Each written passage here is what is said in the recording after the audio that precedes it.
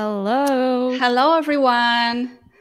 Hello, everyone. Let us know if you hear us. Sorry for a little delay. We had some technical issues. And hello, Chris. Hello. Hello. Hi. We are super happy to have you in our podcast. It's worth mentioning that you're our very first English-speaking guest, and we couldn't imagine a better person to kick off the new chapter of Design Practice podcast. So thanks a lot for accepting our invitation, and we really appreciate it. My pleasure. So happy to be here. Yeah, and we're super excited that so many people joined us. So the question is, and this is the question to the audience, whether you've already familiar with Chris and his content on the Futur channel. Please let us know in the chat. We're super also we're waiting for the questions to Chris, so feel free to add them in the chat window, and we'll ask these questions at the end of the webinar. So please stay with us. And the technical thing is that the webinar will be recorded, so you can get back to it whenever you want, and will be available on YouTube channel and our podcast platforms. Are we ready to begin, Chris? I think I am, yes. Yay. Okay, so let's start. We usually begin our podcasts and our webinars with very specific question. And the question is, what book have you recently read? I'm in the process of reading, I think, 3 different books. And I find that these days I'm jumping from book to book as I find things that are interesting and pick things apart. But a book that I'm almost done reading is called How to Tell a Story. It's written by the Moth Radio Group. They produce an amazing podcast about storytelling, and it's wonderful. It's full of stories and tips, and I really enjoy it. It's an easy read. Another book that I'm reading right now, it's called 50 Strategies on How to Boost Cognitive Engagement. It's written for teachers. It talks about the new model of teaching where students participate, and it's less downloading information to people. The last book that I'm reading is a book by Brian Tracy. It's an old one. It's called The Psychology of Sales or Selling. And it's kind of interesting to see how much sales has evolved and how much of it exactly the same. Thanks. We definitely will take a look at these books. So I'm sure most of our audience already know who you are, but for those who don't, please introduce yourself. Who are you? What you do? My name is Chris Doe. I'm a loud introvert. I'm a middle child. I'm a classic underachiever, but I'm a first-class troublemaker, and I'm a recovering graphic designer. I have this really big mission, which is to teach 1 billion people how to make a living doing what they love. And the way I do that is through open social platforms like YouTube, LinkedIn, and Instagram, and I try to use that to teach. Great. Yeah. So you're also, you didn't mention that you're the founder of Blind, the agency. Yes. Could you tell us how did it start and when? Absolutely. Shortly after graduating Art Center College of Design with a degree in graphic design and packaging, I started this company called Blind in 1995, just a few months after graduation. I had this deep burning desire in my body to become an entrepreneur, and I've been an entrepreneur most of my life, mostly a failed entrepreneur. And eventually I had enough skills to try it out, and I started this motion design firm in 1995, and I did that until about 2018, making commercials and music videos for a living. And when did you start your YouTube channel? Because at some point of your career of running a studio, you started to teach on YouTube, right? That's right.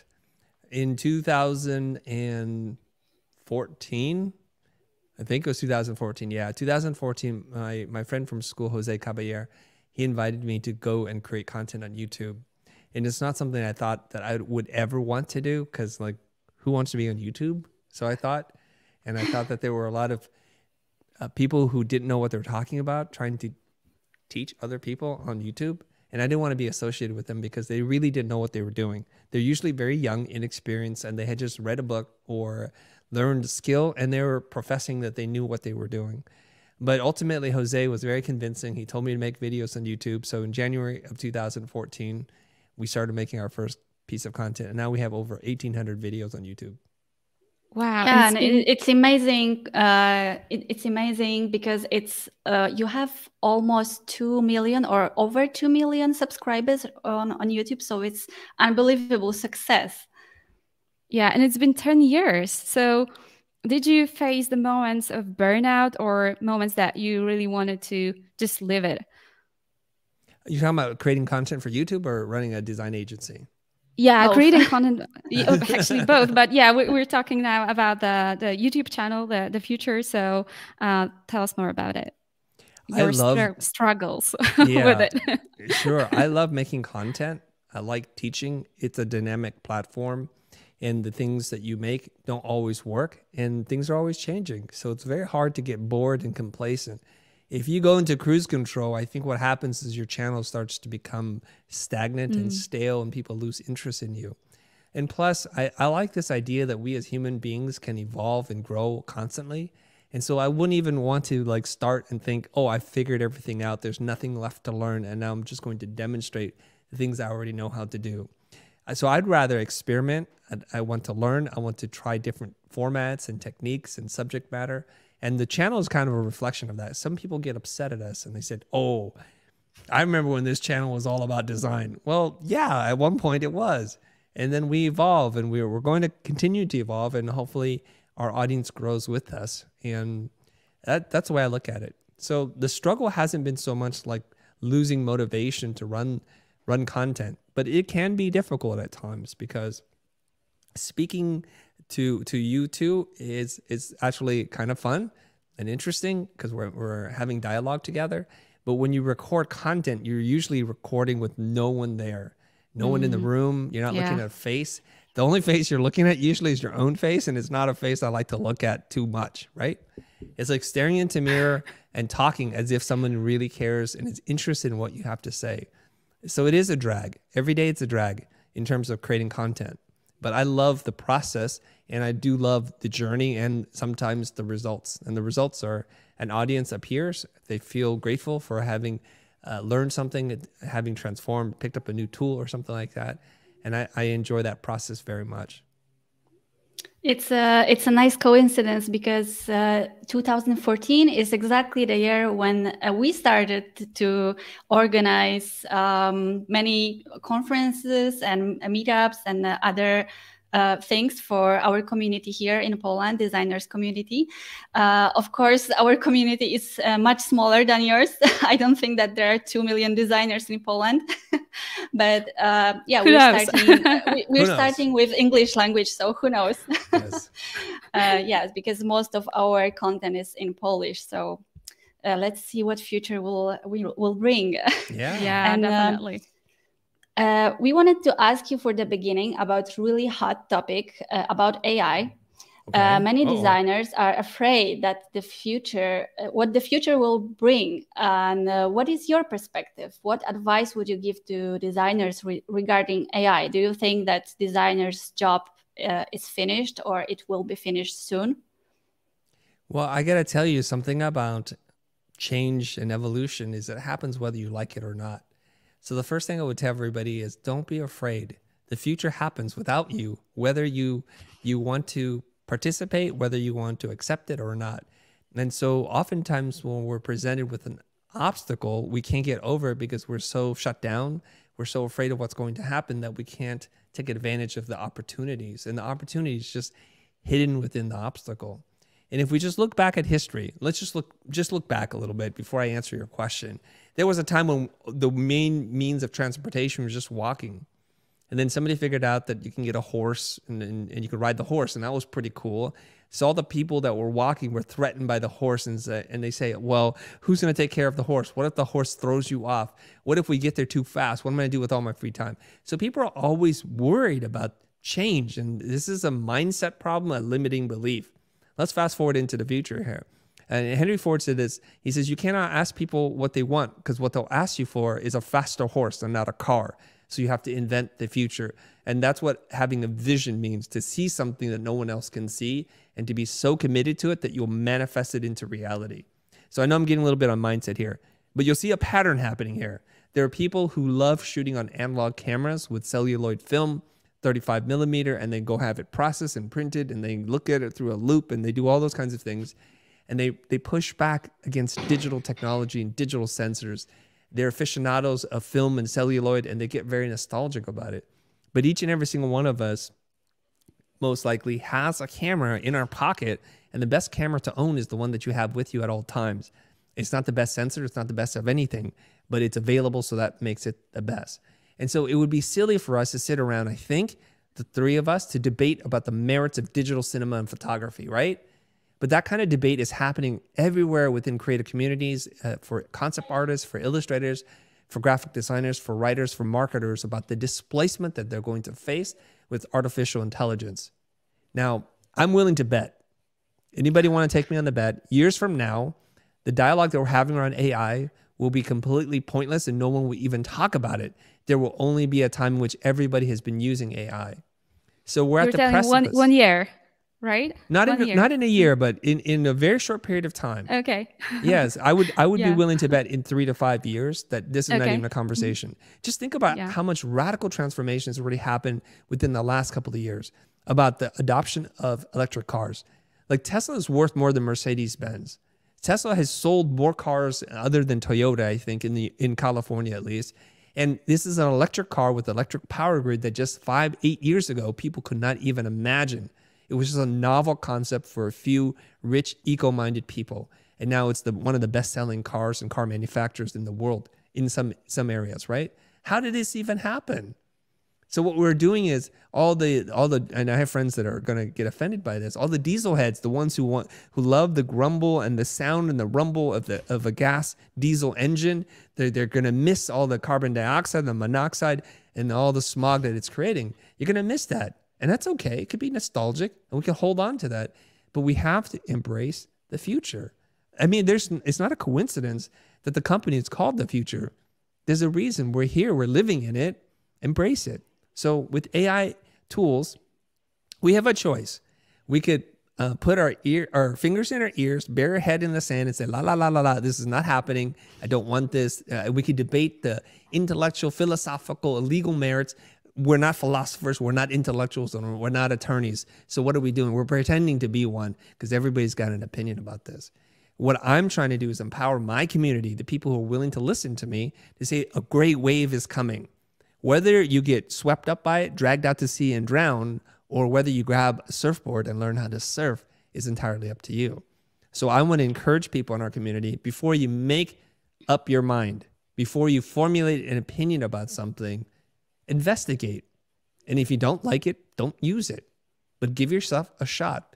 Because like many opportunities, when it becomes clear, when it becomes adopted by the mass majority and then the laggards eventually, and when your mom and dad are using AI-empowered tools, you're going to be sitting there thinking, how did I miss the boat on this? Why didn't I listen to that idiot?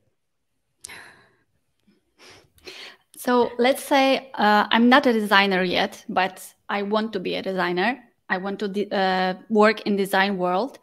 But I'm wondering if it's worth to learn the design itself, how to design, or maybe it's better to learn how to use the AI tools instead. What do you think? Okay, very, very good question. Should you learn how to design? And my answer is unequivocally yes. Yes, but not the way that you define design. A lot of people, when you say, how should I learn how to design? What image conjures up in your mind? Well, somebody sitting at a desktop, probably with their pen or their mouse, making graphics, choosing what typefaces to use, arranging beautiful layouts. And that's a finite definition of design. I like Herbert Simon's, the Nobel laureate's definition of design, which is one who devises courses of action to move from an existing condition to improved one. And that is a much bigger, broader, more inclusive, holistic definition of design. Should you study design? Should you pursue design? Yes, but design isn't limited to the way things look. It's the way things behave. It's designing culture. It's designing customer service, the entire experience from A to Z. It's just looking at a problem and saying, let's use our divergent thinking, our beautiful divergent brains to make connections where people don't see things coming together. In that way, yes, we should all be creative and we all should be designers. But the tools and the times are changing so fast that I think practicing this kind of very artisanal way of applying graphics to an image or to a screen or to a medium, I think is a way to box us in that isn't big enough anymore.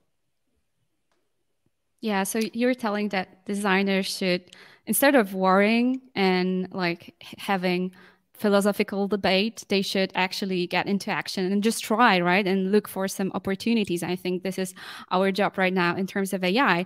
But talking very specifically about tools, have you ever used any AI tool? And do you see if you could tell us if you see whether these tools are good to incorporate in your current workflow? Yes. You know, of course I use AI tools. We all do. We use them every single day, and you don't even acknowledge it because it's so transparent to you. If you use Photoshop and you use the auto masking tool, how do you think that thing works? Like, is it just magic? Like the little Adobe gremlins and fairies come out and sprinkle magic over this? And last time I checked, no one loves cutting out images.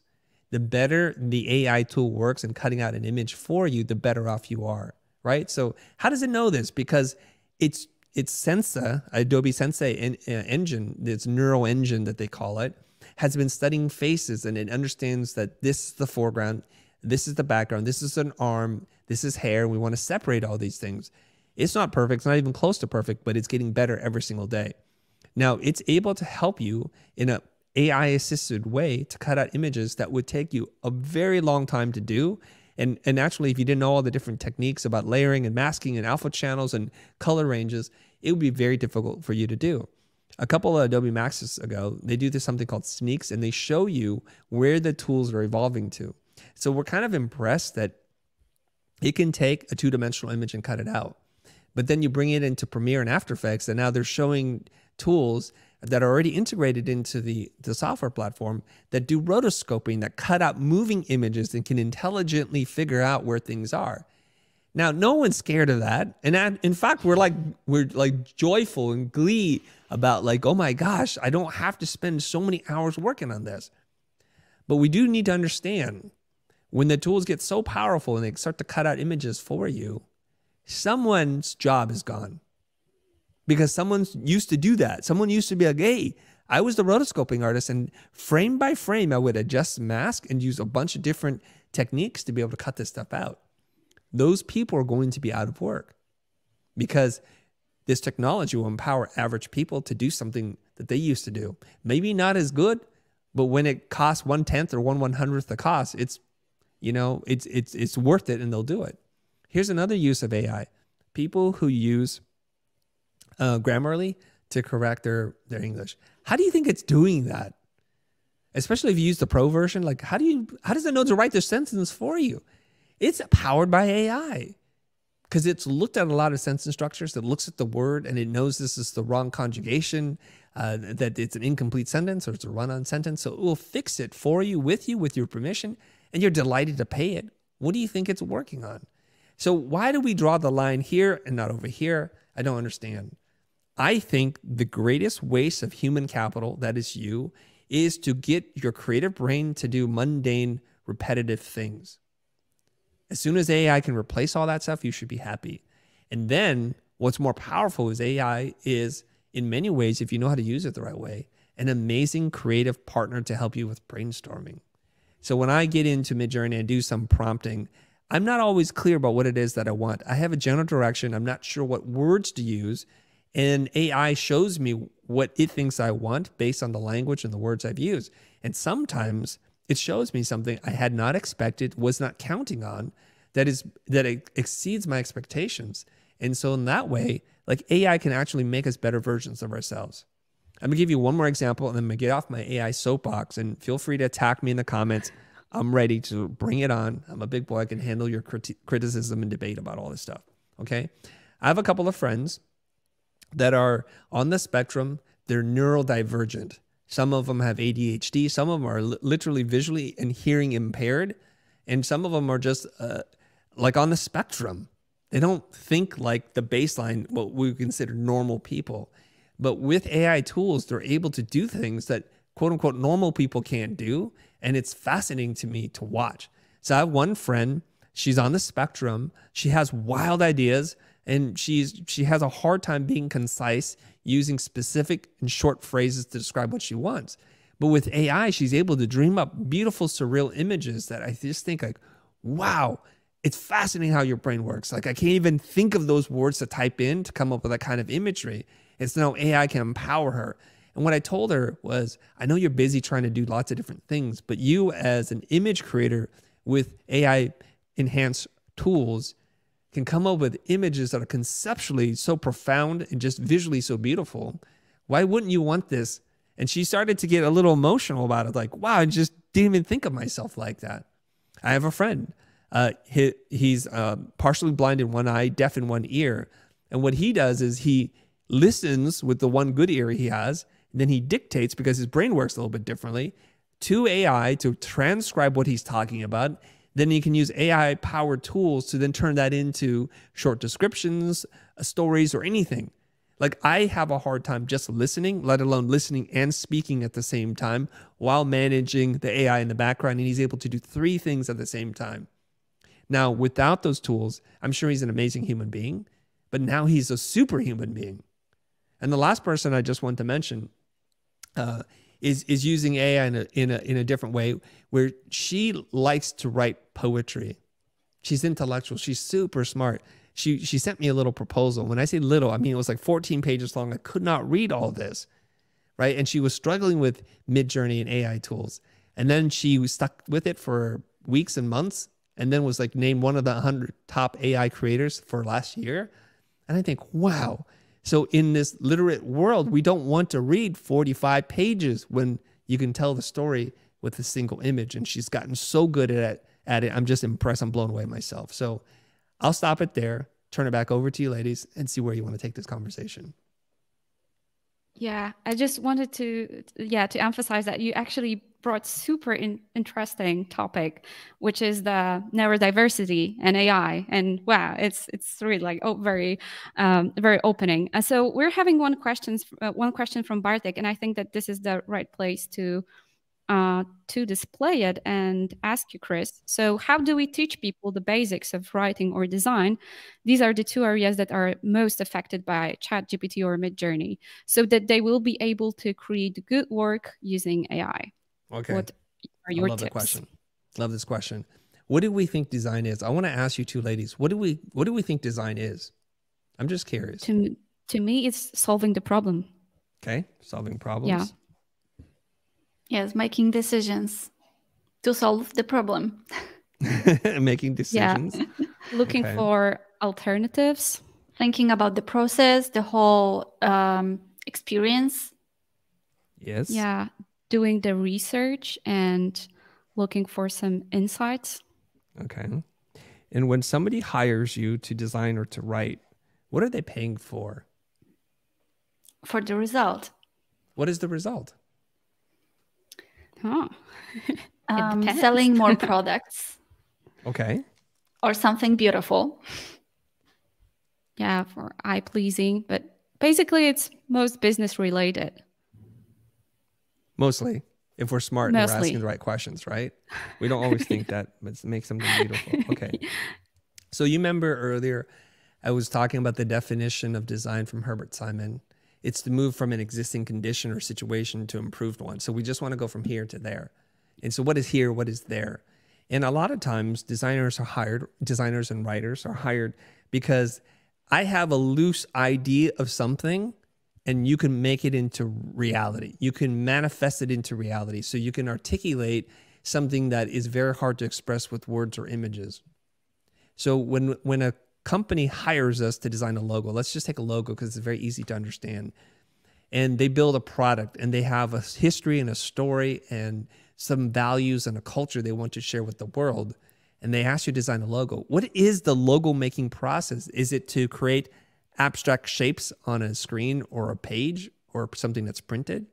I don't think it is. It's to articulate something that is very complicated and distill it into a singular icon that's memorable, that's unique and distinctive, right? So that's what we're trying to do. So what is design then? I think design is the articulation of something that's intangible into a simplified form that other people can now touch, read, consume, and feel. And so when Bartek asked this question about how do you teach the basics of writing design when all these AI tools are out there, what are those AI tools doing? With the right prompt, it articulates something for you. It either writes a multi-sequence email marketing campaign, or it can create an image or images based on those prompts.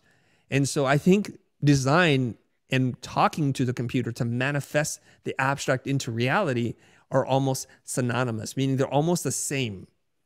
The reason why some designers and writers are good at using AI-driven software and others aren't is because they know how to articulate what it is that they want. And that's what ultimately a client is coming to you for. I need to write a campaign that's going to get a high open rate to get people aware of a problem that they're not aware of and to buy a solution. I don't know how to do that. I could write it in an ugly way. I could write it in an overly dramatic way. And so then you, as a writer or a designer, are able to go in and start to articulate what it is that you want with certain amounts of control. Now, there's something here that a lot of people have not talked about thus far, which is if you give AI crappy inputs, it'll give you just generic, typically generic, kind of cookie cutter solutions that look like everything else you've seen. It's not artistic, it's not beautiful. And I've tried because I've changed a few words and I've gotten totally different results. Some are beautiful and some are just totally ugly. And so you think, well, why are some people so good at using AI? Because they have the language skills, the writing part, and the vision and the history of art and design that they can then talk to the computer and get the computer to create what it is that they want. So you have to have high quality input in order to use AI to get high quality output.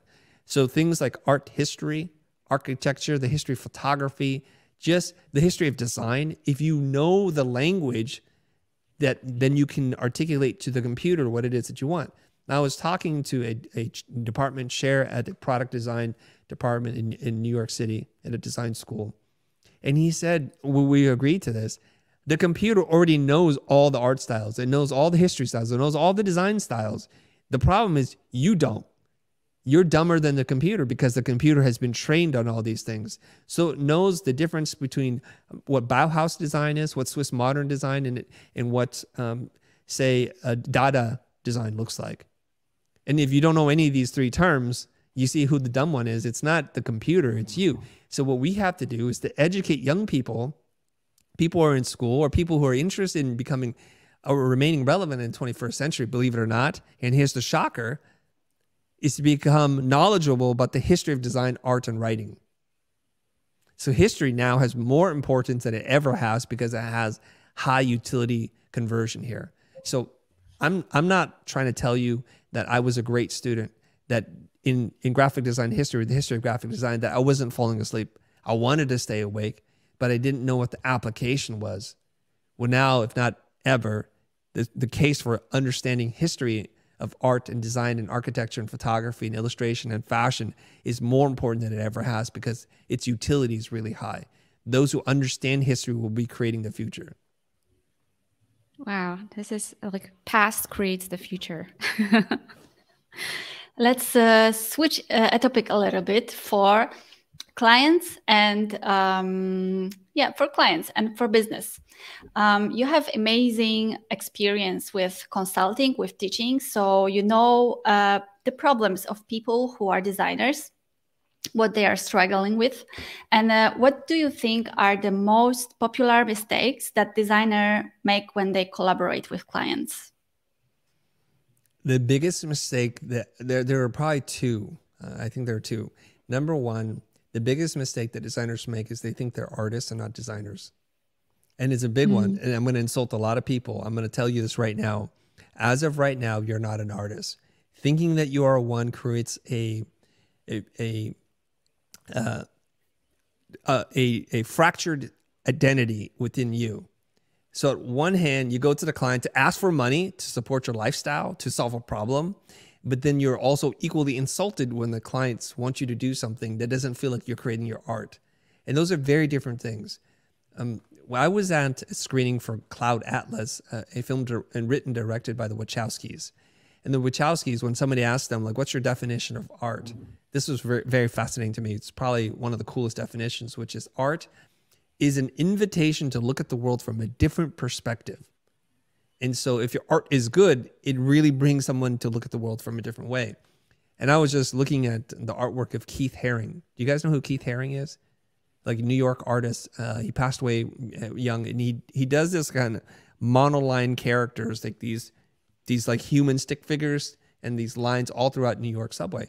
So he said, let's look at people and portraits differently. Let's abstract them down to almost really thick, chunky black and white stick figures and express people this way. And to me, that is art. Andy Warhol asked us to look at things differently by looking at objects that are mundane and scaling them up, like soap and detergent or Campbell's soup, and saying, let's look at this as art now. And that to me is super fascinating. And if you want to be an artist, go get a studio. Make your art. Just don't expect anyone to commission or pay you for it and have any kind of steady income until you get to a point in which you create so much demand for your artwork, for your perspective into the world, that you can now live comfortably as an artist. And we can see probably by the number of people who paint and create art, that the number of people who actually can make a sustainable living at that very high level, it's kind of like being a professional athlete. It's kind of like being a superstar artist, like a music performer. Lots of people do it, few people succeed, and even fewer in that upper echelon of success. So I think we need to get clear about our identity so that we have harmony with who we are, how we see ourselves, and how we serve the world. When you accept money from a client, you're solving a problem. You're paid to get a result, regardless of your personal feelings about art or design. If the client ultimately says, based on my experience, if we keep this logo up here and we sell more and we move it over here, we'll sell less, and you decide to exert your creative muscles because you were trained in art school not to do that, you have now potentially put the person's business at risk with no evidence that this works, with no risk or skin in the game. So what a lot of designers do is they say, well, we're going to make these changes because it's going to be for the best. Aesthetically speaking, it might be. Objectively, it's debatable. But what we're saying is we know better than our clients about how to run our client's business, which we have no right in doing. We can make suggestions and recommendations. We can sometimes insist, but at the end of the day, we need to remember they're your client. They allow you to exist. They allow you to have to live in a place and put food on the table and hopefully save for a rainy day. Mistake number 2 is the inability to choose what it is that you do. So the lack of focus, which no one likes to describe it as that, but the debate usually sounds something like this. Should I niche down or should I be a generalist? Should I be a specialist or should I be a generalist? And I think in some instances, people will be very successful being a generalist. In most instances, being a specialist far exceeds being a generalist. And I'll give you a couple examples, okay? Because this is a problem, a mistake that people continue to struggle with, and it hurts them. All right, here's the example. I don't know if you've ever done this, but if you've been on social media and you're on TikTok, Facebook, Instagram, one of those platforms, we see amazing humans doing really boring jobs really well. We see the Indian guy who's folding pizza boxes and he just does them and he's just like flipping out 1,000 at a time. We see the older Latino woman who's like making tacos like 1,000 a second, and she's like, or the guy who chops vegetables or chilies, and he's just doing without his, like, not even looking, he's just doing it 1,000 times. And how did they get that good? Why do we admire these people? Because they've done something so many times, they've exposed themselves to it so many times that they can now do it in ways that are just beautiful just to behold. And that comes with repetition, exposing yourself to the same problem over and over again, that you start to develop muscle memory and you start to spot patterns. The divergent oriented creative person's like, I like a little bit of this, I like a little bit of that, I'm gonna do all these things, I've done none of them well, and it can't go much deeper than that. And so they suffer. And what they're doing is inadvertently, they're inviting people to compete with them. Like, what? Really? Yes, really. Because if you design logos and that's all you do, you compete with everybody in the world from $0 to $2 million probably that makes logos, right? And if you say, well, I also design packages, well, now you compete with everyone who charges $0 to $2 million who does packaging. So now you've invited twice as much competition. And then you say, well, I take photos too. Okay, so now you're basically competing with every human alive that has a smartphone, because everybody's a photographer now. I say that with tongue in cheek a little bit, right? So now you compete with all humans, people who make logos, and people who do packaging. So when someone wants an image made, they don't decide like, oh my gosh, I want someone who can do all three things. Most likely, they want to hire the person that's going to present the least amount of risk. Most likely. The more money you pay, the less risk you want to take, right? So when we drive in a car in America, we're required to have insurance. Because if we were to get into a really bad accident, to fix the other person's car, the property, to pay the medical bills, not to mention our medical bills, it's very, very high. So we pay some money to cover us. And the more money we pay, the better coverage we have. We all understand that because we're reducing our risk down. You can actually pay so much in insurance that no matter what happens, you'll be covered. When you go to rent a car, they offer you this godlike insurance where like, it doesn't matter what you do. If anything happens to this car, it's total coverage. And they're going to ask you for like $20 more. It's not even a lot of money. Now imagine when you're talking to a client and they're paying you thousands of dollars, how much risk do they want to take on in a poor outcome? Very little. Now if they pay $4, they'll take more risk because $4 doesn't matter. They'll try another thing and they'll try another thing because they can afford to try many, many things. They're losing time, but apparently that's not important to them. So when they're looking for a photo, an image, do they hire the person who can design a logo, do the packaging, and take the photo? Or would they just like to hire the best photographer? And the answer, generally speaking, is if they have a lot of money, they hire Annie Leibovitz or they hire Albert Watson. They hire someone who can shoot an image that they've seen shoot 1,000 times before. And then there's you with 4 images on your portfolio. So now you've lost that gig. And then we get to the logo design. Again, they're going to choose someone who's designed logos 1,000 times for companies that are in the Fortune 100. They're not going to hire you. So the key to this is to, for a period of time, pick one lane, focus your energy on that one thing that you want to do, and repeatedly show yourself that problem over and over and over again so that you get that practice, so that you become like that Indian guy folding the boxes in a pizza parlor. So you become like the older Latina making the tacos, or the guy who's cutting the vegetables. Or you see this too. This is a beautiful thing to behold when there are like 5 contractors with giant sledgehammers and they're driving a spike into the ground. And they do this in such perfect unison. 1, 2, 3, 4, 5 in a circle. You've seen these videos, right? And they do this in perfect harmony and perfect rhythm. It's incredible to watch. Anybody who does any skill really well, we marvel at. It could be cutting down trees. It could be making a beautiful dovetail joint with traditional woodworking tools. We love that. And there's a Latin expression. I cannot say the Latin expression, but it translates to this.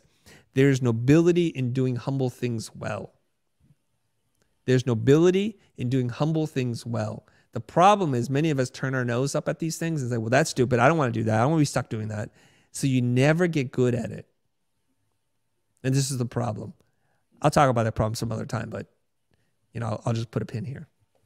Okay, great. So I would like to circle back a little bit to the situation that you were mentioning about collaborating with a client when client says A, the designer says B, and client says eventually that, hey, I know better because this is my business. So what we should do as designers in order to be treated as a partner who can enter the dialogue at least. Yes. So there are consultants and people who are much smarter than me about this subject. And when we use the word partner, what do we really mean when we say we partner with our clients? I'm going to ask you this question. Usually when someone wants to partner up with me, they have an equal or a proportionate stake in the outcome. Okay? So I just want everybody to just think about this. If the 3 of us were to partner together, there's some assumptions we'd have to make. What do you bring to the table? What do I bring to the table? So we would start with finances. How much of your money would you invest in this thing? Okay, so let's say the 3 of us are going to start a business because we're going to be partners together and we need to have $100,000 to start. just to start, because if it goes poorly, we have to put in more money, right? How much money would you put in? Well, a lot of people would say, well, none.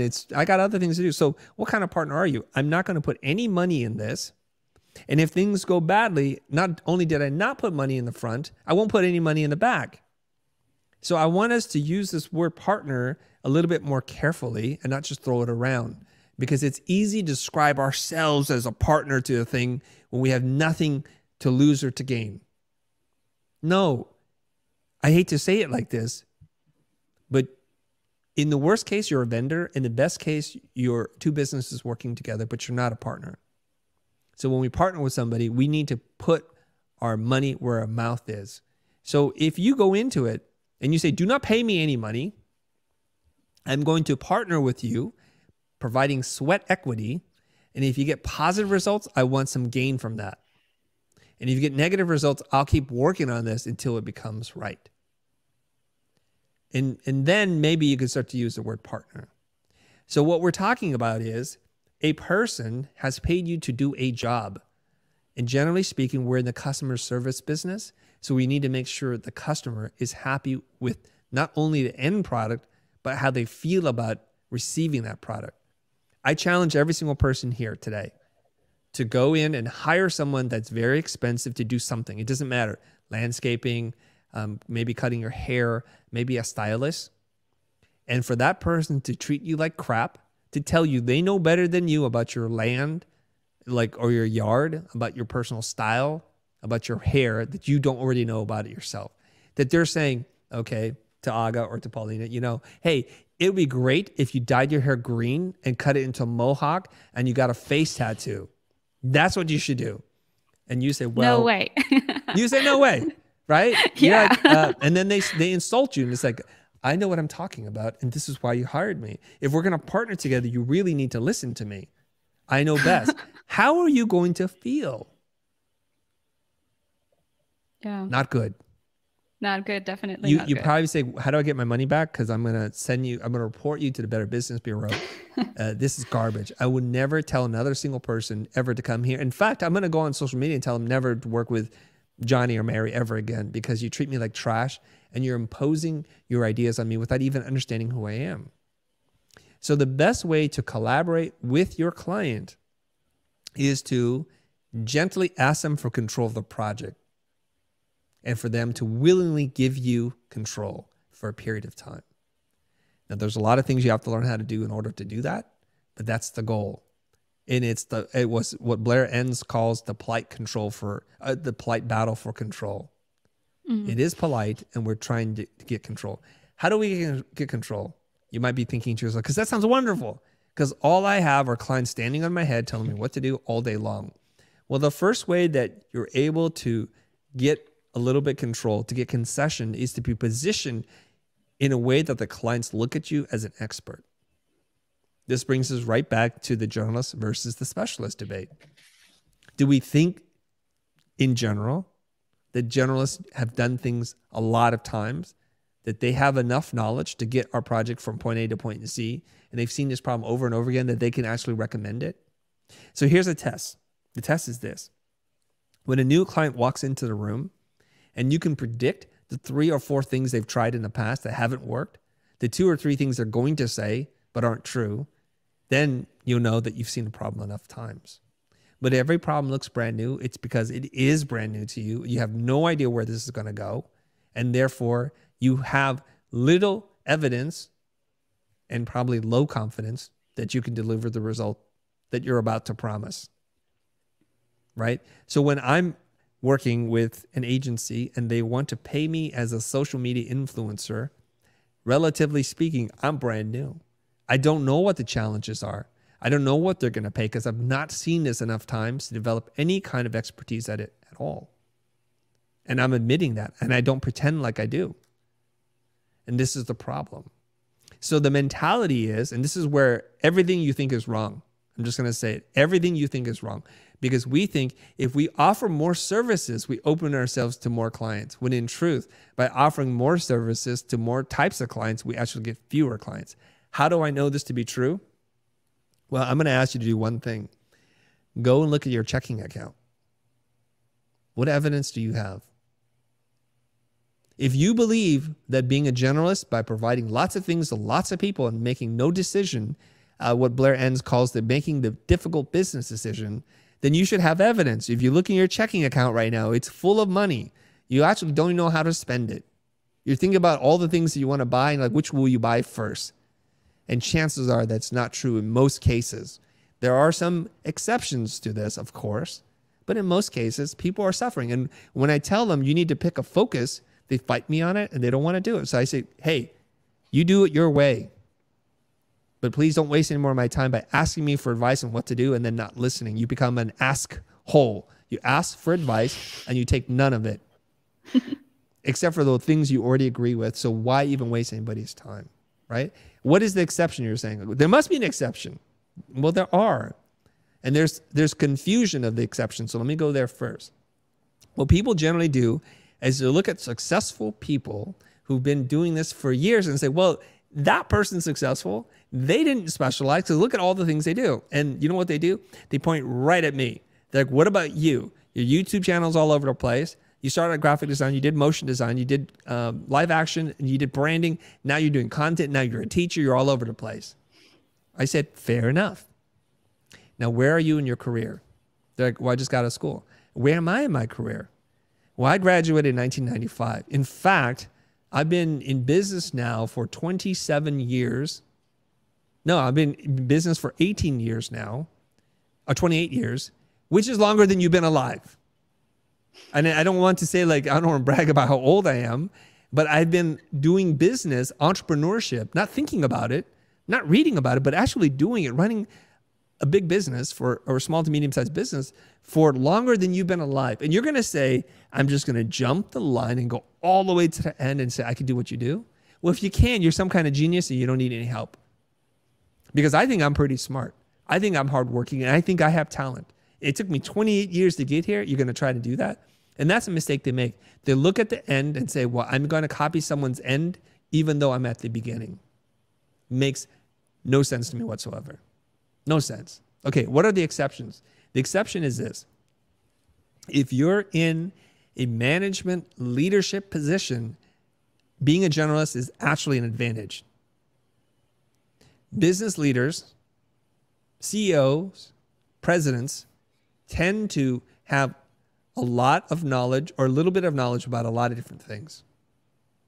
And the reason why this is important and why it's an advantage is because they need to connect teams together. So you're managing different departments and divisions, and you're trying to get them to work together, and you're trying to get all the parts to come together. And only you can see that. This is why the conductor in a symphony is the most important person, because he or she keeps everyone on time and on tune and directs them, because without it, they start to play and they start to drift apart. Now, oftentimes the conductor is not the best musician there, clearly. Sometimes they are, but most of the times they're not. So they have broad knowledge about lots of different things, but they know how to bring teams of people together to make something more beautiful and bigger than the individual participants can do on their own. That's when a generalist usually is helpful or has the advantage. We also asked our community about their biggest hardships in terms of business. And it turned out that it's negotiating with clients. Usually the clients want to pay less, but they want to have more at the same time. And designers are also afraid to change their offer, to increase their prices. What piece of advice would you give to them, taking into consideration that times are tough? We are facing recession and the market is really difficult due to war-related issues. And if you face this kind of issues related to recession, did you notice some kind of change in your clients' behavior in terms of negotiating? Well, during times like this, where there's a lot of uncertainty in the air, when inflation is up and there's wars going on and the supply chain has been disrupted and we're coming in and out of a global pandemic, it can be very bumpy. So what happens is people in the middle seem to get slaughtered. And so I'm not sure if your audience is aware of something called the inverted bell curve. We know what a bell looks like. It looks like that, right? Like a bell. And so if you take that bell and you turn it upside down, it'll look like this, okay? And what it shows you is there are people who are doing well at the top and people who are doing well at the bottom, not people doing well in the middle. What do I mean by this? Let's look at retail. I don't know about you, but when I walk around tourist centers where there's shopping malls or a lot of department stores and retail places, I walk around and I look at which stores are busy. And I scratch my head looking at some stores. Like, I hate to say this, but there's a juice place. I won't name their name. There's a juice place that I used to go to all the time when I was much younger. And every time I walk by this juicing place, there's like one customer in there. If there's even one, and they have prominent location, fairly big footprint, and there's nobody there. Okay. And then you go and walk past a premium coffee place where they're selling $8, $10, $12 coffees, and there's literally a line out the door. I'm like, how did this happen? What is going on here? And so that is an example of the inverted bell curve at play. People at the very highest end, let's say in computers, it's Apple. Let's say in hotels, it's the Ritz-Carlton or the Four Seasons.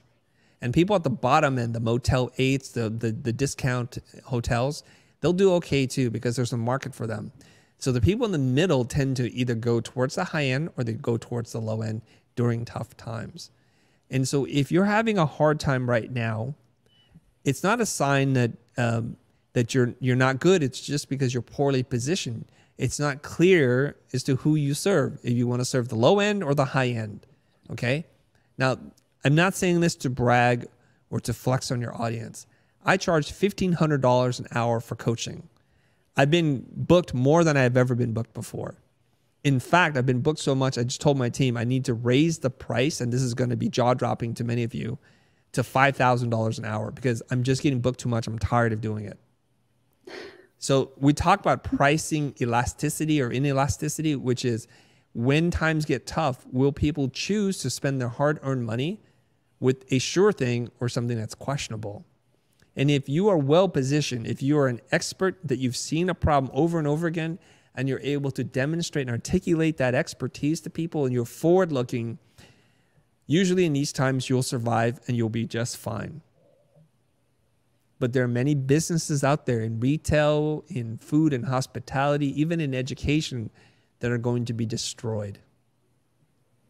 So again, I implore everybody who's listening who is not doing well right now to really heed the words that I'm saying. Number one is to pick a niche, to decide what it is that you want to do with your life, and to put in the necessary hours to gain the level of excellence and expertise that you need to so that you can be considered on the high end. Most of us in the creative space that do bespoke creative services cannot afford to live doing volume, meaning we'll charge a little bit of money and to get lots and lots of customers. But a lot of us have this mindset that that is the answer, and it's not, because you as a creative person have a finite amount of logos that you can crank out in your lifetime. Forget about it in a day, in your lifetime, because eventually you'll have gone through all the ideas and you'll feel like I got nothing left to give. So please, please, please do not race to the bottom and sell those very finite amount of things that you can create in the world for as little money as possible to get one client today. Because the way that ends is it just keeps going down. You know, you imagine water going down a drain. That's you, your prices, the kind of clients you work with, your authority, your control, your profitability, your future, your motivation, your inspiration. It just goes down. If you stop and at least maintain, at least you can temporarily hold off on that negative spiral. But the ideal way to do this is, instead of going down the vicious cycle, we need to turn it around, and we need to get into the virtuous cycle. We need to find ways in which we can develop expertise, charge a little bit more, so we're a little bit more profitable, so we feel a little bit more confident, so we're not working as much, so we can spend some of that time and money developing our skill set, hiring other people to help us, which allows us to do better work, which allows us to attract better clients, which allows us to charge more. This begins the upward path towards the virtuous cycle, and that's where we need to be. So one of the ways to earn more in Poland is to have clients from the West, and many of designers here are trying to do that. Many of them succeed. And how do you think we as a Polish designers should communicate our services and brand in order to be perceived on the same level as Western native English studios or companies? And do you have any experience with working with Polish designers or maybe from Central Europe designers, and you see some patterns? Yes. So let's get through this part. The way that you work with any other culture other than your own is to think, talk, behave just like them, right? I made this analogy before. If you are from one part of the world and you want to marry someone from another part of the world, and for whatever, let's just use it because it's very simple. I say I'm a guy and I fall in love with a Polish girl, okay? And I go to Poland and I'm trying to ask her father for her hand in marriage. I have to learn your customs and your culture. I have to learn to love and eat the foods that you eat, to pray to the same gods that you pray to. I need to learn that. I need to address your parents in a way that they feel is respectful and kind. I need to treat. So this is not that different, because what we're doing is we're not courting a life partner. We're courting a client.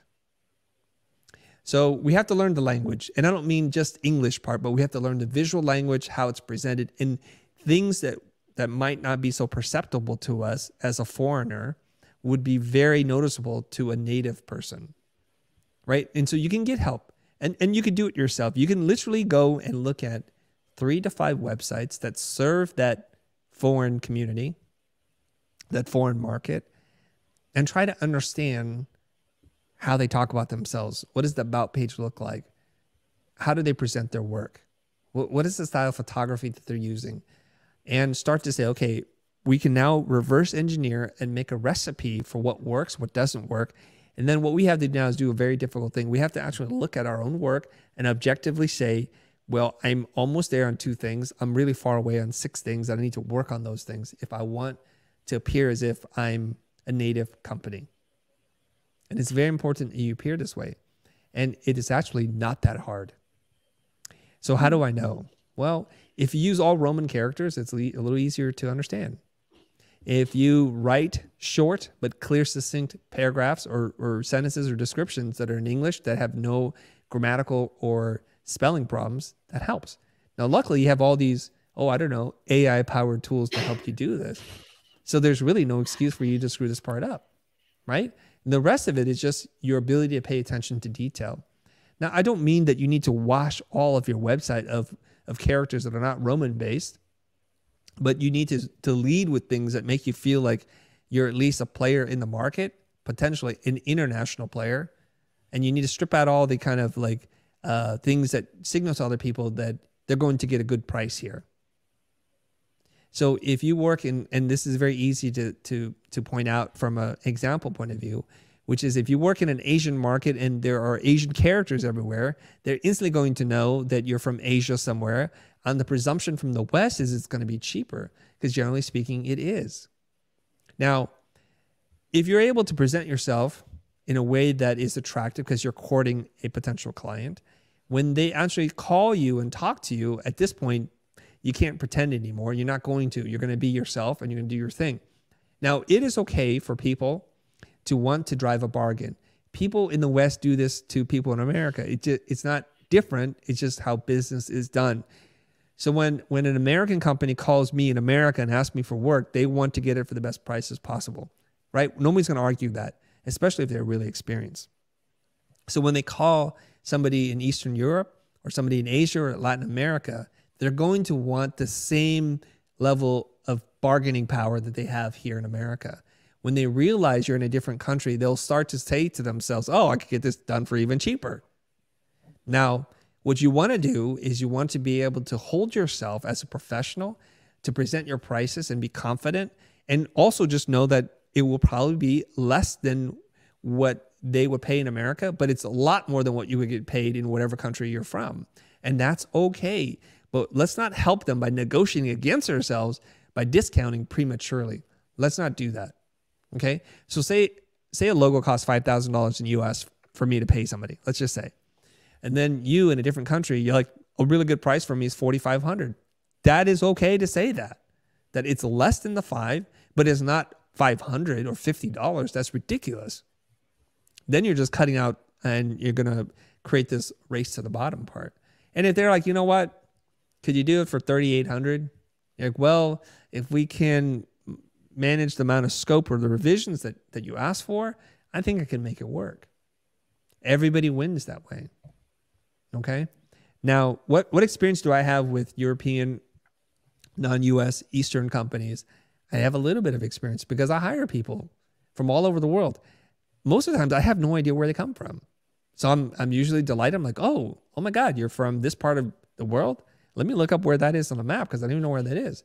I like your work. Your work is going to be the thing that draws me to you, and no red flags have gone up. You sound professional. You look professional. When I say sound, I mean the things that you've written and the way that you present. It's only when I get on a call with you that I realize, oh, English is not your first language, and it's not a problem. Not a problem at all. I'm literally working with somebody from Eastern Europe right now, making illustrations for me. Oh. And I want to put an issue to bed. I didn't even know. All I did was, and I'll tell you the entire process, okay, so that we can bring one of our conversations and we're going to bookend both parts. I generated some images using Midjourney, some posters for this European tour. A lot of people are like, Chris, make some posters. I don't feel right about making posters off of art that I don't know where it comes from. It comes from a machine, a box. But more importantly, the designer in me says, well, these things are not perfect. I need to make sure that they're really well designed and crafted. I need a human to do this and to work with them to create nuanced changes and to really refine it. And so I asked my team, I said, here's some posters. Find me some illustrators that I can work with. Recognize I have a finite budget here because I have to make 6 or 7 posters and I don't even know if I can sell any of them, but let's just go ahead. I'm willing to do this. So they showed me 6 people. I said, that person right there. I have no idea, man, woman, trans, where they come from. Like that person. I said, can you get this person? And hopefully, fingers crossed, we can get this so that we can afford to do this project. They come back and they're like, it's this budget, Chris. It's a little bit more than what I want to pay, but it's affordable, relatively speaking, and I'm willing to do it. So I want to address several different issues here. Number one, did AI take a person's job? The answer is absolutely not, at least in my case. I can't speak for everybody because the job was created because of AI. Now, prior to AI, I would not even have created images that were illustrative. I would have just done with type. No designers would have been hired. No illustrators would have been hired. I would just had my team make the poster and it would be done. So what AI allowed me to do was to explore relative low cost ideas. And when those ideas seemed to be attractive to people, a new business concept popped in my mind, like maybe I need to print a couple of posters. That'll be cool. And then we hired someone that we have no idea where they're from and we don't even care. It didn't occur to my team at all to say, well, let's find someone from the Czech Republic or from Poland or where. They don't even care. Good work is what gets you the call, right? And then that person was able to ask for the amount of money that they wanted, which was making me a little bit uncomfortable, but not so uncomfortable that I just moved on to the next person. And so now we're in contract. They're gonna show me a couple of images and we're gonna have a couple of posters, hopefully printed in time for our European tour. So that's the end of that story. And I think that touches on several of the concepts that we talked about that in a very real and concrete way, how this works. Yeah, it connected the dots, definitely. And do you know how your team found this person? Like in general, maybe more general question, how do you search for freelancers to work with?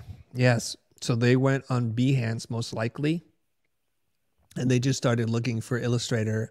And you know, when you look for one thing, the algorithm understands what you're looking for, and your ability to describe what you're looking for in the search, articulation again, right? And then all of a sudden certain results come up.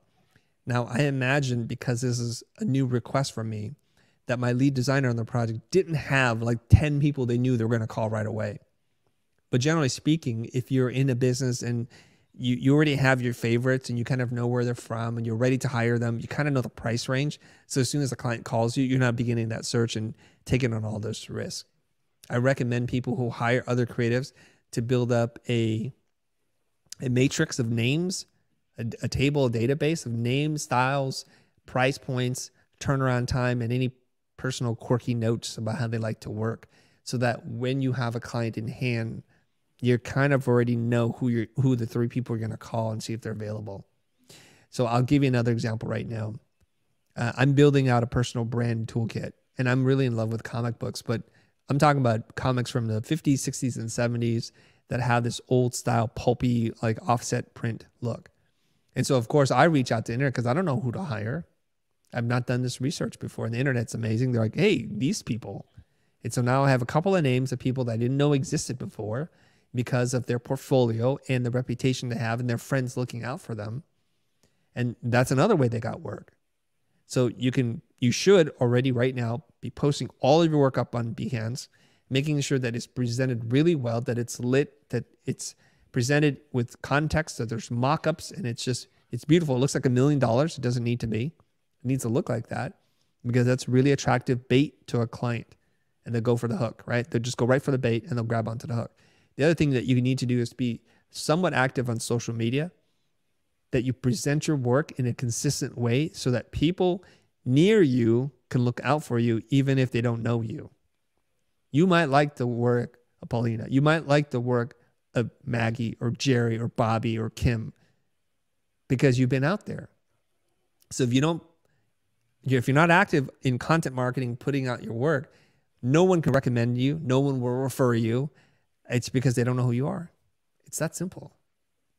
Exactly. Like I have experience with many people asking me for recommendation because I'm with Aga. We are active here in a community where we organize a lot of things. We make courses and conferences. So people often ask about recommendations. So if we don't know anyone from the internet or from the events, we can't recommend them. So it's really important to expose yourself out there. That's right. Take our relationship, for example. Bartek connected the two of us. I didn't know you. I don't know if you know me, but Bartek put us together, and it's because you have a reputation, I have a reputation, and he helped to bring us together because he wants to see this happen, right? Because now can we just do a little bit of business for a second? Is that okay? Yeah, okay. Sure. So I've been to Poland, I think now 3 times. 2 times in which I organized myself to Warsaw, and then I can't pronounce it. There's too many syllables in it, but some other part of Poland because somebody else organized it, right? I want to say like Zizek, but I can't say it. It's something like that, okay? And I would love to come back.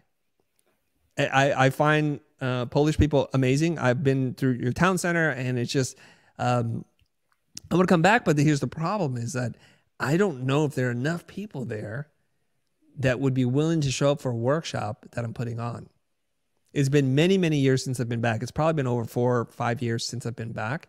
The last time I was going to come back, I canceled because my schedule was just too busy. And so in order for me to set a city as a destination for us to come and teach and share what it is that we know how to do, enough people have to be interested and buy a ticket. Otherwise I can't come. So naturally, whenever we post like, oh, I'm going on a European tour, people from India, from Africa, from Asia, even people from Europe, like I didn't know this, but there's a lot of Parisians who say, Chris, you should come to France. I think France is beautiful. I would love to come to France. I didn't think I could sell enough tickets. And that's the challenge we all have here. And so Bartek's like, Chris, I want to make sure I can see you in person. Let me connect you to these 2 amazing ladies. If they can't do it, I don't know who can. So here we are. So it's connection, right? So if you're able to communicate to the world what it is that you do, show some level of expertise and competence, and do it consistently enough for a period of time, then the laws of the universe and all that goodwill and the karma will connect you. So my thing is, you need to be able to do something long enough for you to become successful. You're waiting for success to knock on your door, but rarely does it happen overnight. Yeah, so exactly, here we are. You're coming to Warsaw. Yeah, and I wanted to just to shout out to Bartek. So greetings to Bartek who connected us, indeed. And yeah, we're actually going to ask you about the workshop that is happening in Warsaw on 17th of April, hopefully. And we're pasting link to these workshops on chat. So if you could briefly tell us what's going to happen in Warsaw soon. Okay. It is happening. I don't care if there are 4 people who show up or 400. It is going to happen. We are 100% committed at this point. There's no ability for me to back out. Okay. So if you're thinking about it like, oh, I don't know. Well, this is your opportunity. If you've seen one of our videos, if you've been helped, if you can put up with my personality, my style of delivery, and my very sharp tongue, then you're in for more of it, I think. So let me answer a couple of the questions. Let me go through the meat and potatoes, the nuts and bolts, if you will. It's an 8-hour-long workshop, which is a very long workshop. And it's the way I prefer to teach. The shorter the time, the more stressful it is for me, because I feel like real transformation doesn't happen in 15-minute or 18-minute TED Talks. They happen when you can share a concept, when people can see it for themselves, they can connect the dots and they can try it out. And that's why workshops are so different. There's some work to be done. So a lot of times people will say, well, Chris, I've seen your videos. I can't keep up with all the content. Why would I go to a workshop? Well, to answer that question, why go to a concert? Why go to see a play? Why watch a movie in the theater when you could watch it on your iPhone? And the answer is the experience. The experience is different. It's communal, like you share a moment with people that are in the room. It's interactive. I hope it's engaging. I will try my best to be engaging.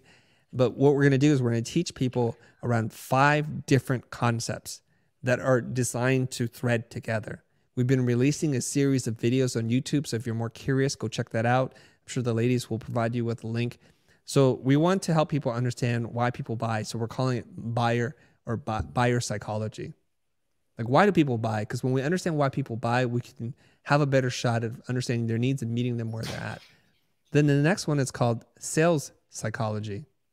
Well, now we understand why they buy. Now we have to develop the tools in how we think about sales and how we deliver sales to people. And then there's pricing psychology, understanding how pricing affects our perception. And then we want to help you craft an irresistible offer. So now you understand why they buy, you know how to sell to them, you know how to price your products appropriately. You're going to craft an irresistible offer. And then I'm going to teach you some practical things that you can do immediately after the workshop to create content that attracts clients to you. That is a hybrid between inbound and outbound sales strategy. So we call it attraction marketing. So we want to attract clients to us and not chase them. An expert does not chase clients.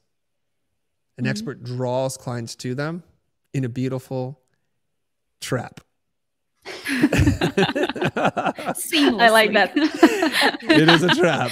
Come to my trap. And it's a beautiful experience. Like, what is that? Whoosh. Like, oh my gosh, I'm caught in a snare. Yes.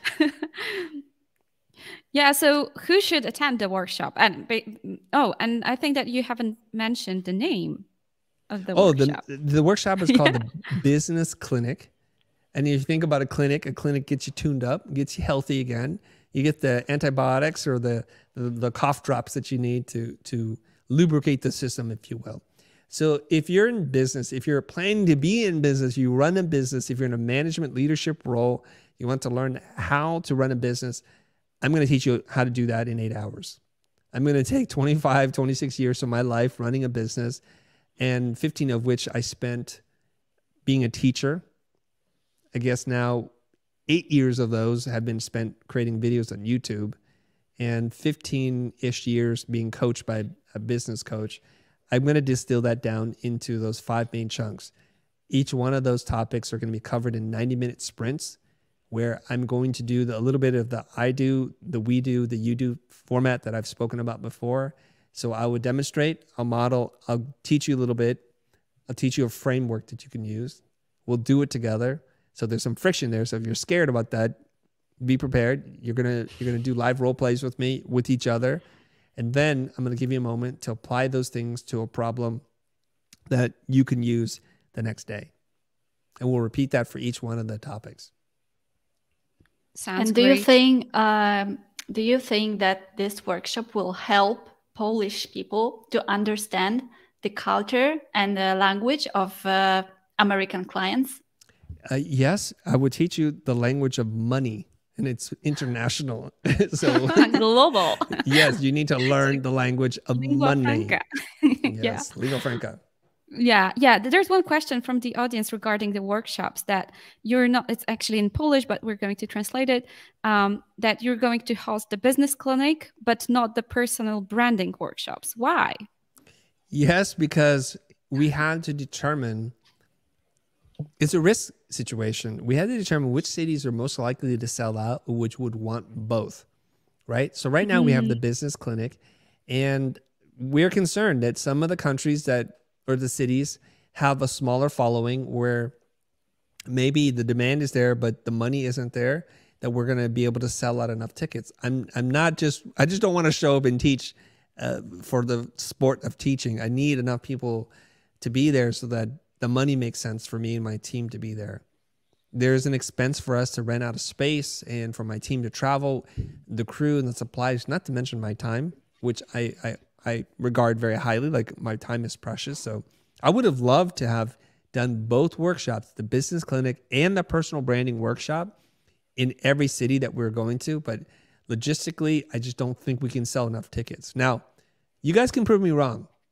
We can sell at the business clinic. Yeah. Like the way that we've already sold out in London for both the business clinic and the personal branding, and Berlin, and soon Barcelona. So if we sell out in Warsaw and everything goes smooth, I'll come back.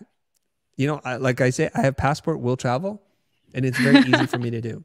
The reason why we made this determination is, if you don't have your business established, what is the point of building your personal brand? So first order of business, put food on the table, build systems, change your mindset and your psychology around pricing and selling so that you can make money. And then that way, when I announce that we'll come back and we'll do the personal branding workshop, you got money all over the place. So it will be a non-issue for you to be able to buy this, right? So that's why we did it this way. And I'm sorry if everybody's like, you know what? Screw the business clinic. We want personal branding. You got to convince every other person that's going to show up, and I'll flip the script and I'll teach personal branding. Wow, this is a good one. Yes, I can do that. Okay, guys, so let's prove, Chris, that there is a lot of people who wants to come to his workshop, and the link is here on the chat, and we will add it also to the description. And then maybe Chris will come back for the next workshop, we hope. I promise you I Yay. will. If you fill up the room, I will come back, because I'll say, I apologize. I underestimated demand for this, and I will do it for sure. Like, we knew, I don't know how or why we knew, but we knew Berlin, Barcelona, and London would sell out, and we knew it. So we did 2 workshops. So right now in Porto, in Bucharest, in Warsaw, and I'm spacing on the last place here, Amsterdam. Amsterdam is selling well as well. That, you know, if we sell out, then we'll come back. We have a lot of European friends. There's I don't need an excuse to come back to Europe. Yeah. I have some shopping I need to do too. So, you know. Definitely. Yeah. Chris, you gave us a lot of great insights and advice, and we ran out of time a little bit. And we want to ask a few of questions of our audience, but there is a last question from our list. We didn't even ask the half of it. So, yeah. But there is one question I really wanted to ask you. Okay. Because we have friends who have a small studio, and they work with clients in Europe and around the world, and they want to earn more, but without scaling and the number of employees. They have a few employees. They are really good at what they are doing. And we were wondering how you are managing your team, because I know your team is also not super big. It's not like 100 or 200 people, it's right? 12. Yeah. So how to earn money without scaling the number of employees? Because you worked with the biggest brands, right? So how you did it? Well, I have to point out that I've run 2 different kinds of companies. So this It's not going to be a short answer. When we're running blind as a service design company, making commercials, music videos, doing branding and marketing for our clients, I think at the highest, we were probably a little over 24 people, 2 offices, one in New York, one in LA. And our business requires lots of people. It's very hard to scale creative services and not have more people. That's why they're not infinitely scalable. So really big companies in our industry have 50, 60, 200, 500 employees. And it becomes very difficult to manage. Okay, so that is a service design company. As an education company where we sell products, we do sponsorships, we do different kinds of things and events, we make money very differently. So we're a team of 12 and we did $4.5 million last year. My goal this year is to scale our team to 24 people and get to $8 to $9 million. And I think we have the plan on how to do this, and we will do this. The goal of your business is not to add more employees. Actually, your goal is the opposite, which is to make as much money as you can, to be as profitable as you can with the fewest number of employees.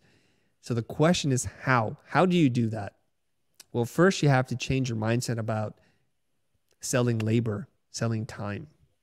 We want to be in the business of selling results, and we want to be able to capture some fair share of the results and impact we're able to create.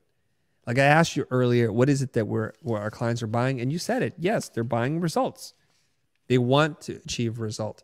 So if we can understand how businesses are run, how decisions are made, then we can truly help them achieve those results and capture some fair portion of that. You'll be able to make more money with fewer people and to be valued for the things that you do, which is to get somebody from point A to point B. And you can use all the tools in your arsenal, including chat or Midjourney or none of it. It doesn't really matter. So in my 28 years in business, all I've done every single day of my life is to try to increase what it is that I know, my knowledge. The more that I know, the more that I'm able to do, and the more that I'm able to explain what I do to other people, the more my time is worth. So back when I was 16 years old, I worked at minimum wage for about $3.50 an hour. Now, when I do public speaking, I'm paid $30,000 an hour. Same person, sort of. Many years in between, of course, because I'm 51 years old. But the reason why I got paid more and more per hour is because I increased my knowledge. So learning how to apply what it is that we've learned is one of the most critical skills that you need to acquire in your life. I would say this to you if you're coming to my workshop or not. I say this to my children. These are the 3 most important things. One of them is learning how to learn. So when you learn how to learn, you become infinitely more valuable. Okay, because I'll give you, okay, I'll go ahead and ask your question. No. Continue. Okay, so I'm reading a book, or I've read books on marketing. I've read actually more than 5 books, but let's just say I've read 5 books on marketing. So that when someone comes to me and asks me a question about how do I market myself, what is marketing, what is niching, what is positioning, I can speak from not only a practical knowledge of how to do it, how I've done it personally, but theoretically, conceptually, philosophically, why it's done and where it's going. I become worth much more. So one of the exercises that we're going to do together at the beginning of the business clinic is I'm going to ask you, what is it you want to learn and be able to do by the end of this workshop? So people who buy a ticket to the workshop, they paid $750 US. So I must deliver something that you know is going to be more valuable than the $750 that you paid. In fact, the benchmark I put it at is $100,000. What is the one thing that you want to learn how to be able to do that you'll feel you can generate $100,000 of value with? We write that on the board, and most likely not all of everyone's requests, but many of them will be solved. So if I can teach you 5 different skills, each of them, you will tell me it's worth more than $100,000 each. I'm essentially giving you $500,000 of value. I hope people can understand this, right? They would literally say, if I could pay you 100 grand, if I had 100 grand, I would pay you to learn this thing, and I teach it to you, then I've given that value. I say this for a couple of different reasons. Because the workshop is $750. It's not $100,000, it's not $200,000. It's $750 US.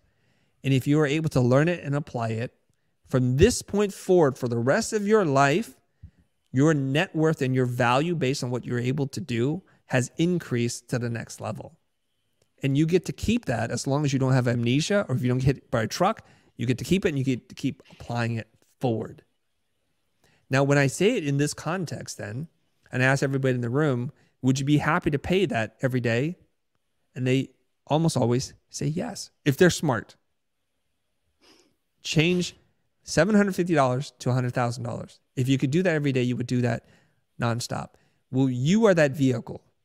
You invest in your own personal development. You grow, you learn, you're able to apply. Here's the cool part though. So here's the next level. Once you're able to apply it, wouldn't you want to teach it? Wouldn't you just want to repeat the process? So who do you teach it to? I just learned how to do this thing, Chris. Great. Fantastic. Well, I have 3 employees. I need to teach them. Because the more they're able to do, the more value they create for me and our clients, the more I can charge. And then you get so good at doing this, eventually, like, you know what? I need to lecture at my local university, at my Rotary Club or business bureau, and I'm going to teach them these concepts. So you start to elevate in esteem in the minds of others. You create more value. So that's really what you should be doing. You should be focused on how you can learn more so that you can apply more, so that you can achieve more. They're all connected. And have you ever met a client who told you, no, you're too small for me. Your team is too small for me. Like, I need an agency with 100, 200, 600 people. You're not able to do what I want for my big, rich company. Have I been said something? Yes, clients have said, not those exact words, but they have said that. So what is your question? What did you do? I'll tell you what I do. And I will teach this to you, especially if you show up to the workshop. I'll teach you how to deal with this. It's actually not that hard. So what the client is saying to me is more people equals better results, right? Yes. Is that right? Yeah. Okay. Yeah. So more then reliable process. Oh, whatever. Yeah. More reliable, better results, more reliable. I say, okay. So I would say something like this. Well, that's funny. In my experience, it's not always been true. Since you believe that, I'm just curious when that's been true for you. When more people on a project equals a better process, better results, a smoother communication. When has that happened for you before? And what do they say then? Probably it happened. Like, tell me. It didn't happen with a bigger team. It almost never happens with a bigger team. More problems, right? Right. More people, more right. More people, problems. More problems. And in America, you can send in the Navy to do a job. It's a lot of bodies, a lot of equipment, or you can send in the Navy SEALs. And there are like 6 people in the SEALs, highly trained individuals. Would you rather go through a bureaucratic process like the post office, like the Department of Motor Vehicles, like the government, or would you rather just work with a small, capable team that you have a direct line of communication with? You tell me. Mm. So the technique I'm going to teach you there is this. And I'm going to say this. I shouldn't say this, but I'm going to say it. I usually only say this behind closed doors. I work with the assumption that people do not know what they're saying, that they have no idea what they're saying. And if they did know what they were saying, they didn't choose the right words to say it. So we have a problem. Okay, so the assumption that I make in my mind is you have no idea what you're talking about. And if you had an idea what you're talking about, you probably didn't choose the right words. So the first thing I do is I just try to understand what it is that they're saying. And I don't want to argue with them. I just want to ask them a clarifying question that's not judging, that's not violent, right? So what I try to say, like, what are you really saying? What we hear is they're saying your team is too small. But what they're saying really is bigger teams, better results, more confidence, more reliable, less risk. So then I said, oh, I wonder if that's true. Can you tell me when that's been true? And more often than not, it's not been true at all. So I'll give you one example here. Okay. Now, if our client is listening to this, they'll know who it is, but I'm going to keep it very broad and generic. So I'm just put it out there. Okay. One of our very dear clients, they're an agency, and they asked us to work on a project, and they were concerned we didn't have enough technical leads. We didn't have a big enough render farm, like our machines, our software packages, all the things that they shouldn't be worried about, they became super worried about. So they wanted to have their team come and audit our team to make sure we could produce this job. So now you're scared because we don't have the technical leads. We don't have the render farm. We don't have every machine and plugin that you need to do this thing according to the way they want us to do it. And I cannot compete against a company that has 5 technical leads, that have 200 render blades and all the kind of hardware and software and the plugins and all the technical people. So how am I going to win this job? I just asked them, has it been your experience that someone with the technical leads, the render blades, the computers and the plugins have been able to deliver the art that you look for and that you expect in the work that we're going to do? Are you hiring machines, plugins, render nodes, or are you hiring artists to have an opinion who know how to tell a story? Because I can't compete against the other thing.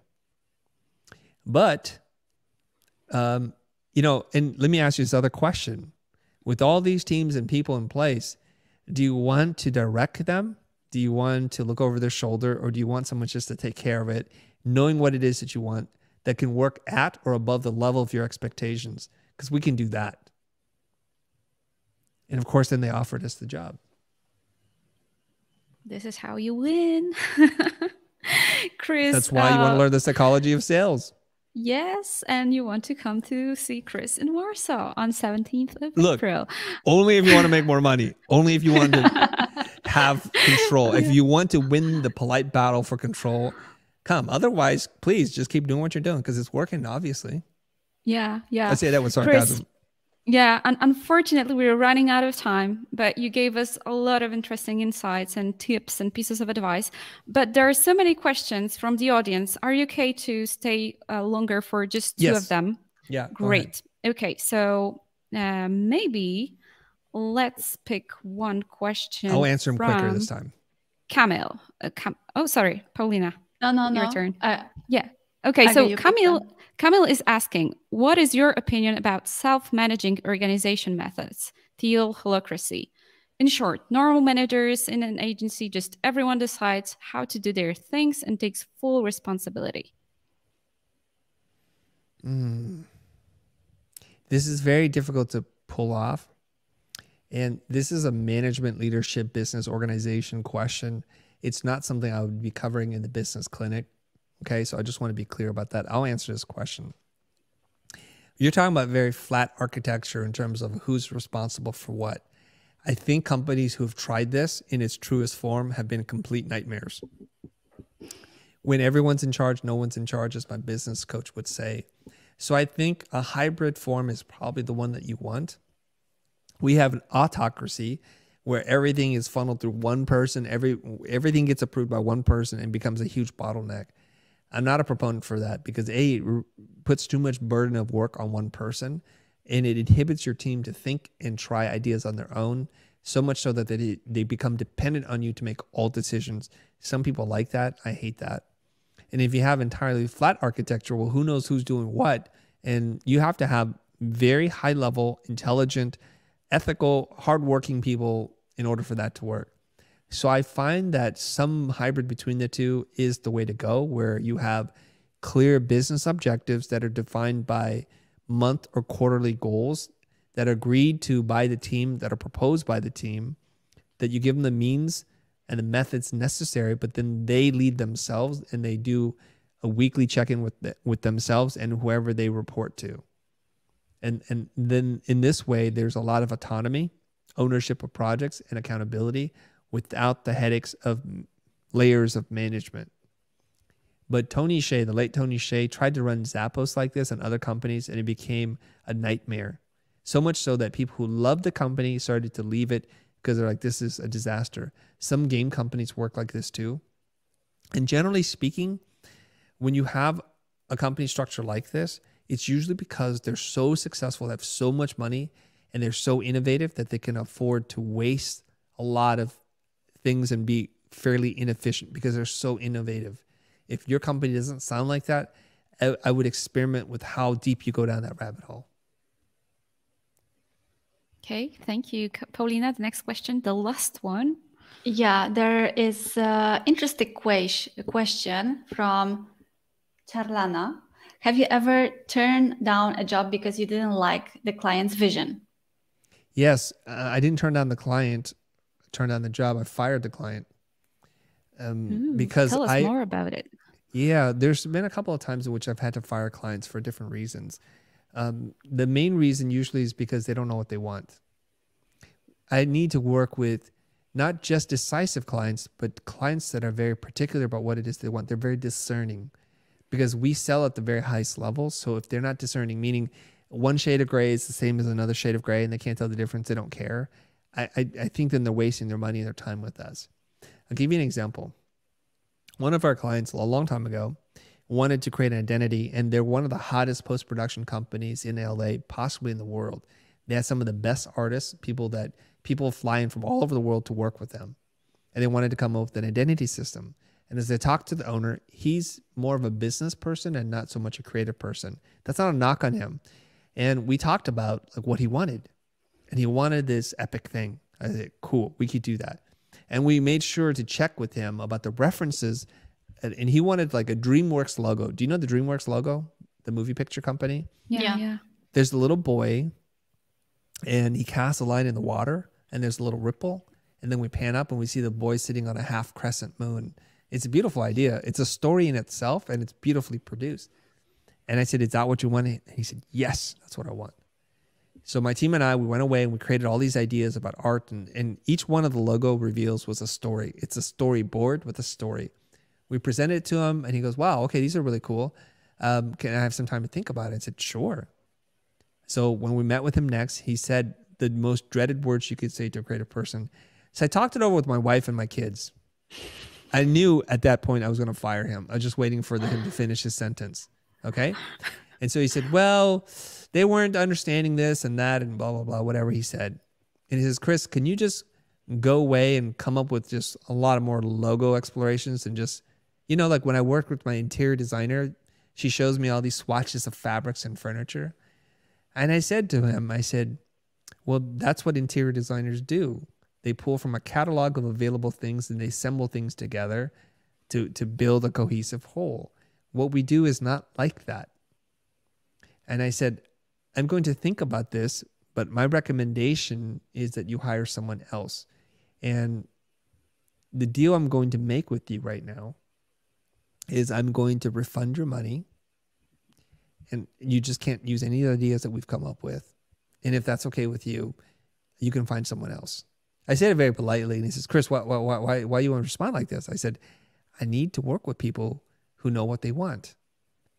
I didn't realize your wife was on the executive committee of making the decision because I would have requested that she be here as part of the meetings. And he was a little offended by that. He goes, you want to think this over? I said, I can think it over. Maybe you can think it over too. So then he had to make a decision. Does he want to save money and hire somebody else to throw up a bunch of things that he, his wife, and his children will like? Or does he want to shut up and work with us? I'm okay with either. So the next day, I called him up and he said, you know what? I thought it over. I'm going to take your generous offer. If you want to send us back our deposit, it'll be in your account by the end of the day today. And what they produced was a piece of garbage. And eventually they had all kinds of problems. But, you know, that to me is a lack of leadership and vision. I want to work with discerning buyers of creative services who know what they want, who have a really high standard and are willing to pay for it because that's what I offer. So yeah, we fired the client. Yeah, long story short. Yeah, that's interesting story. Okay, I think we have to finish our nice meeting. It was really great to meet you here, Chris, in our little podcast. So thank you for joining us. this video will stay on our YouTube channel. So if you guys want to see it again or send it to your friends, feel free to do it. And on March 15th, it will be available also on our all podcast platforms, profiles, platforms, exactly, on Spotify and the rest. So Anneli is going to join the workshop. So great. We're going to see each other, Anneli. And of course, remember that if you'd like to deepen the knowledge that Chris has been sharing today, you're invited for the workshops on 17th of April called Business Clinic. Chris, do you want to end the meeting with like a one piece of advice for designers? One more piece of final word. my final word is follow these two ladies. They're incredible. I appreciate being your first English guest on your podcast, and I appreciate your help. And I'm going to just say this. I have no more advice. All I do is just give advice all day. And I'll just say this. You know, at the end of the day, all the talking, all the learning, all the philosophy and the coaching and the courses you can watch will mean nothing if you don't apply it. So if you're not the type of person that likes to take action, save all of us a little bit of trouble. Don't even bother showing up, because I'm there for the action takers, the butt kickers, the people who are ready to put things into motion, and the people who really, really want to learn. I guarantee you this, the experience and what you learn, if you're able to apply it, will be life changing. It will be a transformative experience. That's all I can say. If I haven't convinced you in 1,800 videos in the last 8 years of making content on Instagram, LinkedIn, and on YouTube, then I do not deserve your business, and I wish you the very best, friends. Awesome.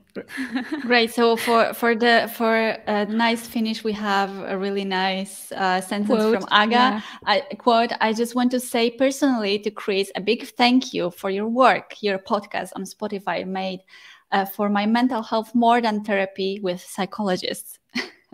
So thanks a lot, Chris, and see you in April. See you in April, ladies. Thank you for joining. Bye. Have a nice everybody. Take care. And morning, Chris. Bye. Bye-bye.